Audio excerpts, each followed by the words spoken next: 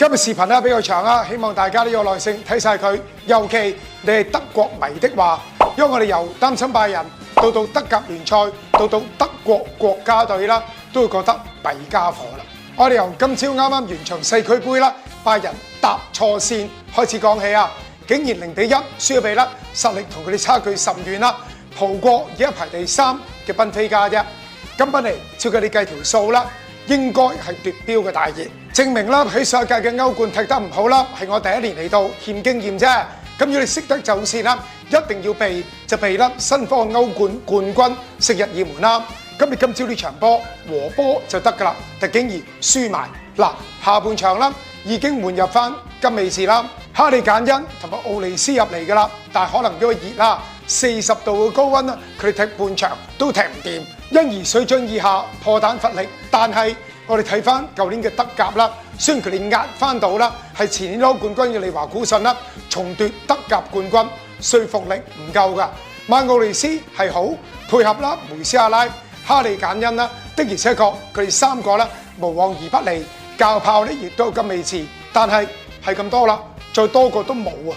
尤其而家梅斯亞拉啦隱約，可能我覺得啦，佢有啲弱煲 feel 係雙追人嚟㗎。咁如果佢傷咗的話啦，球隊立即欠咗佢重心。嗱，買咗咧比索夫翻到嚟啦，1月買㗎啦，諗住今年用啦。今朝用比索夫完全唔得㗎。咁我問佢側邊啲朋友啦，有留意比索夫喺德甲嘅表現啦，麻麻地嘅啫。所以大家諗啦，嚟緊呢一季啦，作為2年級生嘅奧利斯啦，如果感染力唔係咁強的話啦，其實拜仁嘅功力真係唔夠㗎。跟住最新嘅消息啦，係爭多蒙特嘅英格蘭翼鋒基坦斯啦，亦都應該爭輸俾車仔。咁你其他攻擊球員啦，利萊辛尼啦，將會加拉塔沙雷啦，佢係認真麻麻，應該走㗎。但係留低嘅啦，格納比再加埋咧京士利高文啦，兩個都唔夠好㗎。加變咗咧，到現時為止啦，唯一一個今年新加盟啦，叫做用得過，但我覺得安全感啦都唔係100%㗎啦。就係利華古遜過嚟嘅莊拿芬達，所以我覺得拜仁咧或許啊，因為實力啦就比其他球隊仲係強，德甲嘅衛冕啦問題可能唔大，但係咁嘅班底啦，再挑戰歐冠啦係不足以成為奪標嘅熱門。好啦，我哋咪話咧，由拜仁擔心到德甲嘅亞軍利華古遜俾人拆骨，大家都知㗎啦。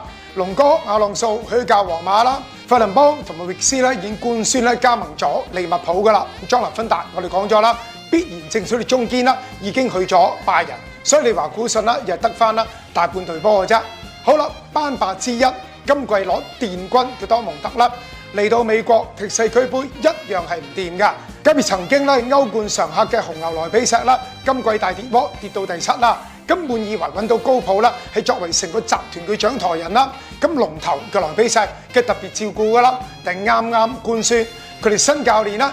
竟然係一個名不見經傳，喺雲達不萊梅揾過嚟啦，奧利華拿。咁我覺得咧呢個教練啦，仲要慢慢儲泡、儲經驗啦。即係話紅牛萊比錫啦，強極有限，都未計喎。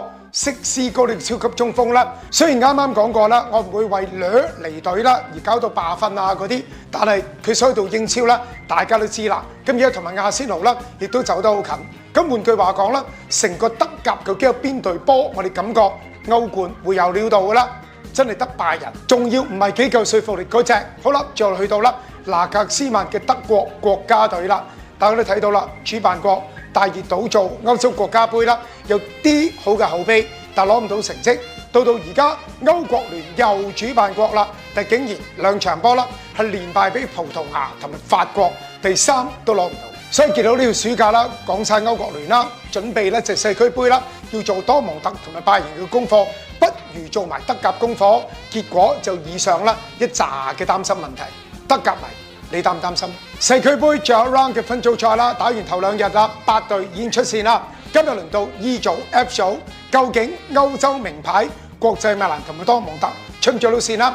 今晚3點，聽朝9點，我哋2個房傑佬同埋我團隊啦，將會同你印證。